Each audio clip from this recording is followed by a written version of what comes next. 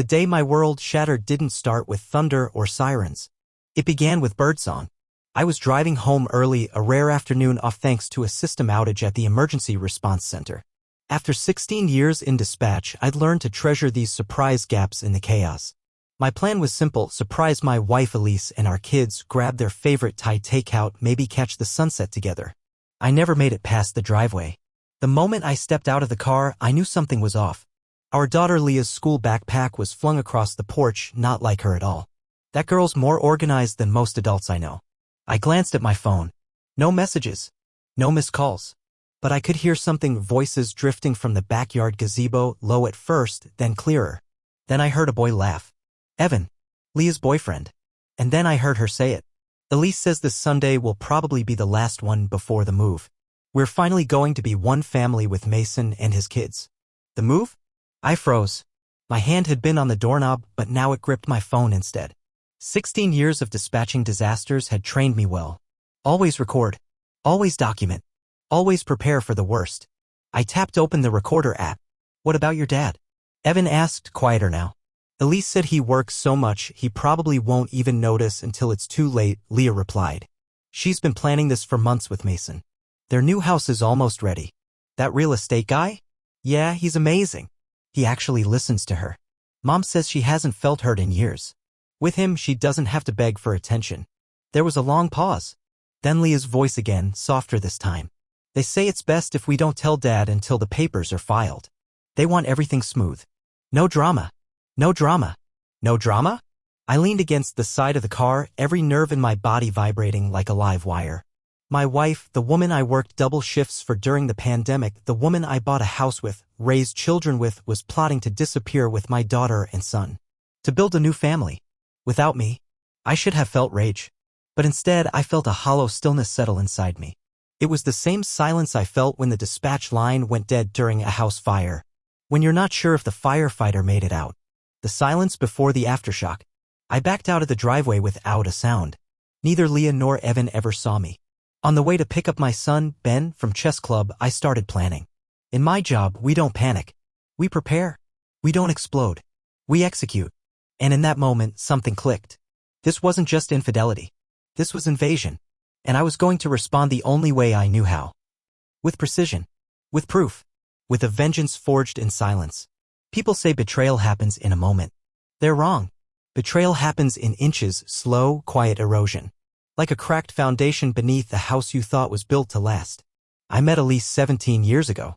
She had wildfire in her eyes and ambition that could crack glass. I fell hard.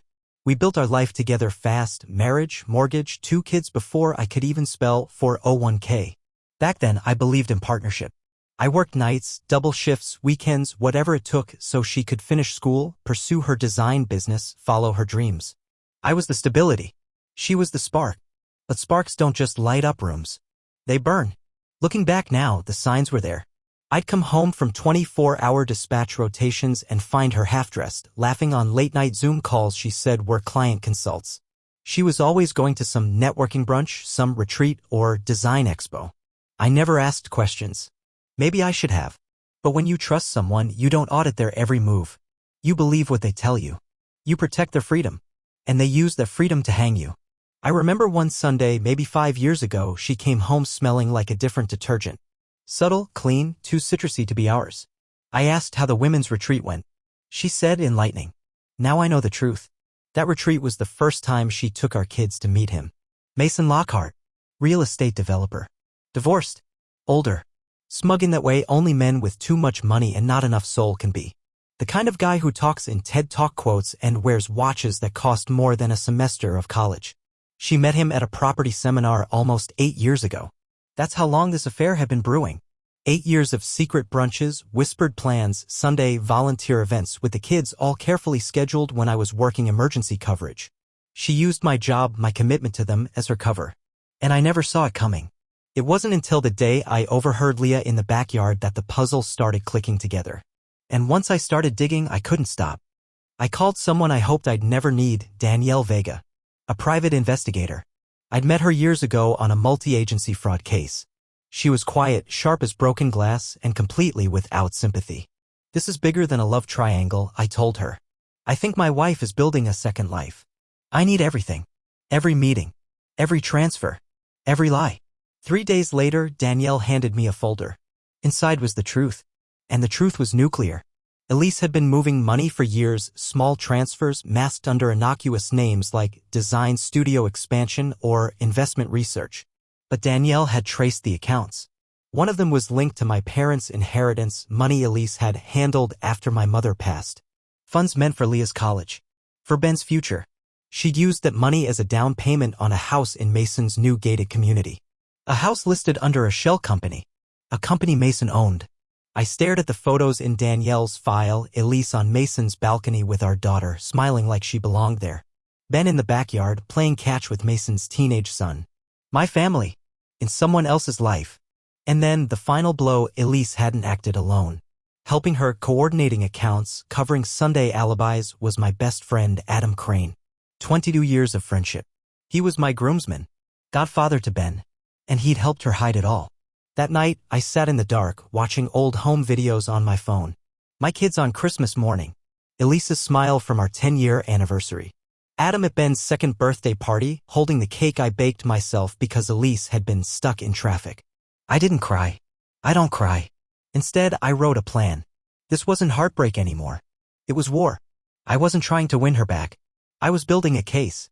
Because once I saw Elise for who she truly was and who she had always been, there was no coming back. But our kids? Ben and Leah deserved truth. They deserved stability. And I wasn't going to let her walk away with them into a lie stitched together with champagne and real estate brochures. So I got to work. First, I mapped the timeline. Using Danielle's data, I pieced together Elise's hidden Sundays, the unexplained deposits, the sudden interest in family counseling that, as it turned out, was really groundwork for gaining full custody. She wasn't preparing for divorce. She was preparing for erasure. Her plan was surgical: paint me as emotionally unavailable, frame my job as destructive to family bonding, and move the kids into a house paid for with money she stole from me. From us. The worst part? She almost pulled it off. But she didn't account for one thing: I don't freeze under pressure. I had friends in places Elise never knew existed: family law contacts, forensic accountants, tactical analysts. People who owed me favors. People who knew how to dig where lawyers can't. Danielle flagged a name in Elise's financial logs: Rachel Lockhart. Mason's ex-wife. 2 years divorced. Lost custody of their teenage daughter and son. Diagnosed with stress-induced anxiety after the court battle. Mason's lawyers painted her as unstable. Sounded familiar. So I called her. "This is Eli Brennan," I said. "Your ex's girlfriend is my wife. And she's trying to steal my kids." Silence. Then, "I'll meet you tomorrow. Bring coffee." No cream. We met in a park near her apartment. Rachel had the look of someone who'd been through hell and decided she wasn't going back, composed, sharp, with eyes that had seen too much and still missed nothing. "He does this to women," she said. "Finds them in unstable marriages. Makes promises. Gets their kids to call him dad. Then he bleeds them dry, transfers assets offshore, and ghosts the second the IRS gets close." She slid me a flash drive. Everything I couldn't use in court. Bank transfers. Emails. Even a recording of him saying no judge is going to take kids from a guy with a nicer house. I brought it straight to my lawyer, Monica Laird, a bulldog in heels with the empathy of a guillotine. Monica watched the clips, read the emails, and said one word: leverage. She outlined a plan so precise it made my dispatch scripts look sloppy. Every conversation with Elise would now be recorded legally in our state. Every bank account she accessed would be quietly mirrored. Every Sunday visit, every manipulative word whispered to our children would be documented. And Ben? My son, 12 years old and already sharper than half the analysts I trained, started noticing things. "Dad," he said one night, "why does Mason keep calling me champ?" I told him I like chess. He said I should try baseball like a real boy. He's weird. My heart broke. Then hardened. Because Mason wasn't just trying to take my wife. He was trying to replace me. Leah, on the other hand, had been more deeply manipulated. Elise had slowly poisoned her image of me, drip by drip. Missed recitals blamed on work even when I begged Elise for the night off. Gifts redirected to seem like they came from Mason. Lies told with maternal softness. "Your dad means well, honey. But he's just not wired for connection." I had the recordings now. The slow gaslighting. The rescripting of our history. The way Elise coached Leah on what to say to a mediator when the custody battle began. I listened to one recording 3 times in a row. Elise's voice, calm, composed. We'll say he's barely home. Say you miss having a real dad around. They eat that stuff up in court. And honestly, he's too tired to fight back anyway. Too tired? She was about to find out what wide awake looks like. Revenge was never the goal. Control was. And by the time I activated the first phase of my plan, Elise was deep in the fantasy, floating on the dream of a clean escape, a perfect new life in Mason Lockhart's luxury bubble. She had no idea I had been quietly dismantling every beam of that fantasy from beneath her. It began, like most disasters, with a chain reaction. Monday, 9:13 a.m. Danielle sent me a simple message. She's at the bank. Green light. I was sitting at my station in the emergency dispatch center, headset around my neck, coffee untouched, my screen full of departmental scheduling data. Just another day at work, at least on the surface. Beneath that calm? Chaos. Deliberate, coordinated chaos. Within minutes, the bank's compliance department froze every joint account Elise had touched in the last 2 years. The offshore channels she used to funnel my inheritance? Flagged and reported for financial review under suspicion of fraud. I didn't even have to file the report myself. Danielle's forensic accountant, Samuel, took care of it. His email to the bank was full of phrases like unauthorized signature duplication and cross-border laundering red flags. I just signed off on the attachments. By 9:27 a.m., Elise's phone started buzzing. By 10 o'clock, she tried using her corporate card for a down payment on the new family home in Mason's development. Declined. Next, she tried our joint savings. Declined. I could picture the panic building on her face, exactly the way it does when a caller dials 911 and realizes they don't know their own address. At 2:15 p.m., a courier delivered a thick envelope to her office. Inside, divorce papers. Full forensic breakdown of her financial misconduct. A request for immediate forensic custody evaluation. And neatly packaged, printed transcripts of recorded conversations between her and Mason where she spoke about making the kids forget their father. She was still reading it when her phone buzzed again. Another envelope. This time delivered to her partner in crime, Adam Crane. In it, a subpoena for aiding in concealment of marital funds. IRS notification of investigation. And Danielle's report confirming Adam had filed permits under a revoked license. He was finished. His business gone by morning. By 4 p.m., Janice, Adam's wife and Elise's cover story accomplice, was called into a closed-door meeting at her real estate firm. One of Elise's fake charity weekends had coincided with a shady property flip Janice had brokered through Mason's shell company. She walked out white as a ghost. But the real explosion came from inside Mason's world. Danielle had worked her way into Lockhart Developments 6 weeks earlier, posing as a paralegal intern. She got access to their internal tax files, fake payroll documents, offshore logs, and, most importantly, a letter proving Mason had forged Rachel Lockhart's digital signature on property transfer paperwork during their divorce. Rachel handed that directly to the IRS. When news of the federal investigation broke, Mason didn't even blink before throwing Elise under the bus. We got the transcript of his lawyer's call, thanks to Rachel's contacts. I had no idea Mrs. Brennan was using her husband's inheritance. All assets were presented as legally separated. I was misled.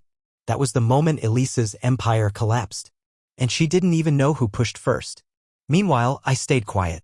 To my kids, I was still just dad, making coffee, attending Ben's tournaments, driving Leah to school.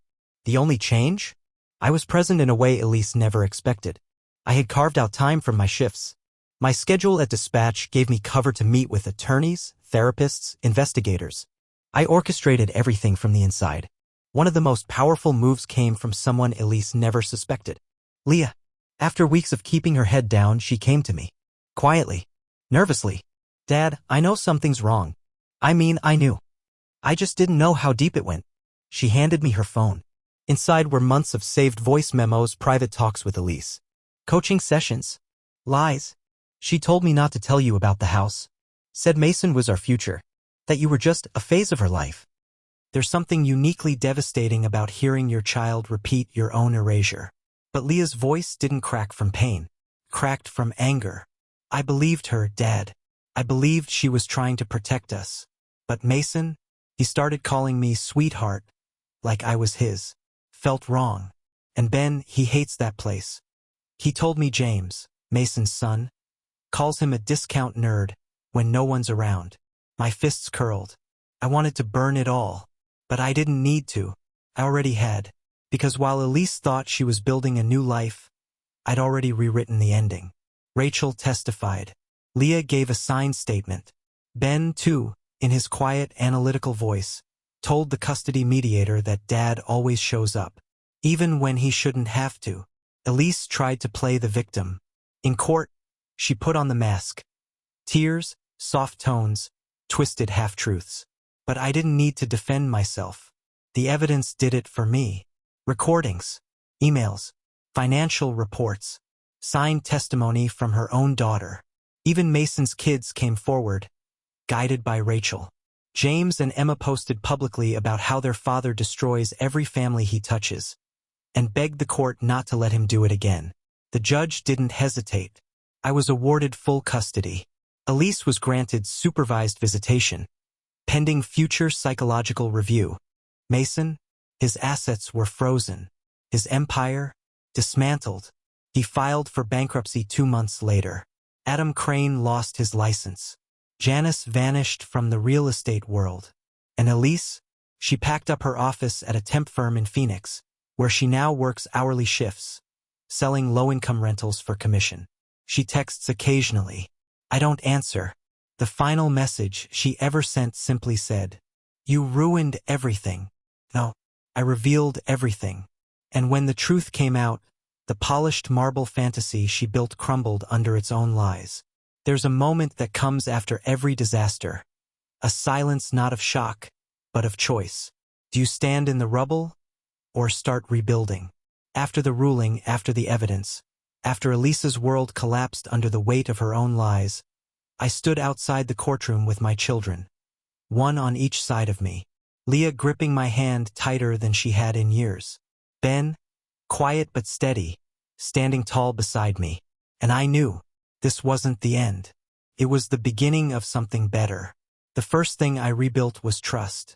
Not just with Leah and Ben, but with myself. I stopped apologizing for being strong, for being steady, for doing what needed to be done. For years, Elise painted my reliability as a flaw. She called it coldness, emotional distance.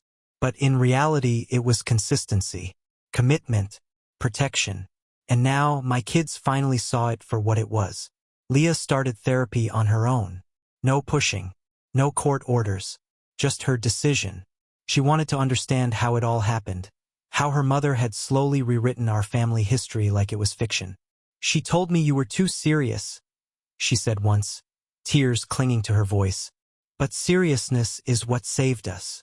I didn't respond with words. I just hugged her, the kind of hug I used to give when she was 5, scared of storms. Only this time, the storm was behind us. Ben, ever the analyst, joined a competitive chess league. Within a year, he won regionals. His new coach, a retired military strategist, said Ben had a mind built for long wars. I smiled at that. He gets that from me. Professionally, the fallout of Elisa's betrayal triggered something in me too. I didn't just return to dispatch. I redesigned it. I led a project to integrate human crisis response expertise into training AI-assisted systems. My case, the way I had gathered evidence, orchestrated timelines, and protected truth, became a teaching model. Not for revenge, for resilience. We called it the Martin Protocol. And soon, other departments were asking for it. Not just emergency centers, but family law firms, domestic abuse support groups, even the FBI. I became something I never expected. An advocate. And not alone. Because somewhere along the way, between the hearings, the late-night planning sessions, and the quiet conversations over black coffee, Kayla Harper became more than just a colleague. She saw me, all of me, not as a broken man or a hero, but as someone rebuilding brick by brick without shortcuts. She was there when Leah asked if we could all decorate the Christmas tree together, just the 3 of us. And Kayla. She was there when Ben won state and lifted his trophy and said, "We did it." And 1 year later, I asked her to marry me. Not because I needed to replace what I lost, but because what we'd built was real, rooted in mutual respect, quiet strength, and earned peace. Elise moved to Arizona under her maiden name, tried to restart, failed. Every few months she sends something, a vague apology, a memory, A plea. The kids don't reply. Because they remember now. Not just the damage she caused, but the way she tried to make them forget what real love looked like. Leah works now at a crisis center, helping teens recognize manipulation before it turns into lifelong wounds. Ben is nationally ranked, mentoring younger kids in strategy, not just on the board, but in life.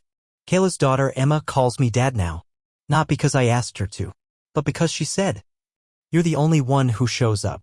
And sometimes late at night when the house is quiet and all the lights are off, I stand outside on the back porch, the same one where I first heard Elisa's betrayal. Only now it's just wind. Just peace. Because from where I stand I can see what we survived. And more importantly, I can see what we've built. A home. A family. A future no one can steal. Epilogue. 5 years later, our house is loud with laughter.